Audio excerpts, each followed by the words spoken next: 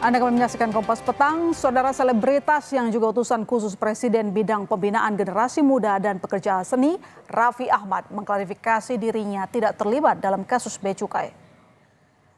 Dalam konferensi pers yang digelar Kamis siang, Raffi Ahmad membantah dirinya terlibat korupsi importasi barang Ditjen Bea Cukai dengan terdakwa pimpinan Blu-ray Cargo Group John Field.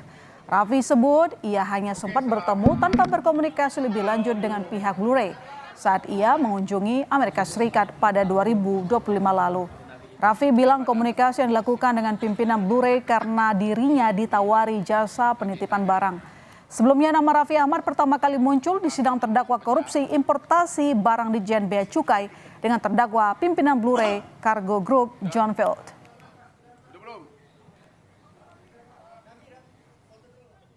Di foto, saya nggak kenal. Inilah orangnya. Ya, beliau memperkenalkan diri, tapi saya nggak kenal. Lalu mereka bilang, Mas Raffi, perusahaan kami ini, Blu-ray ini kita bisa kirimin apapun itu, mau handphone, mau laptop, mau iPad, mau ini, mau itu. Oh iya kan ada handphone yang terbaru, nanti kalau dikirim bisa. Ya nggak mungkin dong, saya bilang. Oh enggak, saya nggak mau kirim lewat kamu, kan nggak mungkin, saya bilang. Jadi itu dalam kira rame-rame gitu kan? Lagi rame-rame, saya bilang, oh iya. Oke, nanti kalau ada handphone yang baru itu, ya udah nanti saya kirim ya. Hanya sebatas itu. Intinya saya basa-basi.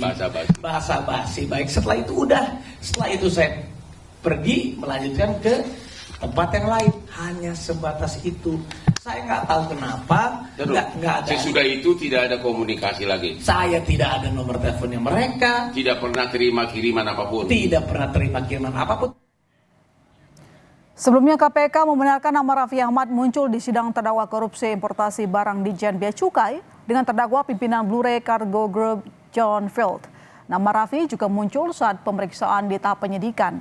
Namun KPK belum mendalami apakah ada dugaan penyelundupan di dalamnya karena jumlah barang yang dititip berupa 2 unit laptop. Namun KPK tidak menutup akan memeriksa Raffi jika ditemukan ada unsur pelanggaran. Betul itu ada fakta saudara RA itu menitip, tapi kita waktu itu belum sampai kepada mengarah bahwa itu penyelundupan. Karena ini hanya sekitar ada 2 unit mungkin yang dititipkan sampai kepada fakta-fakta yang menguatkan bahwa itu jadi bagian dari peristiwa Blu-ray mengurus keimigrasian di Ditjen Bea Cukai, sehingga kemudian itu tidak kita lakukan pemanggilan. Nah, apakah nanti fakta-fakta persidangan itu akan menjadi fakta baru yang kemudian perlu didalami, ya kita akan lakukan pemeriksaan tentunya.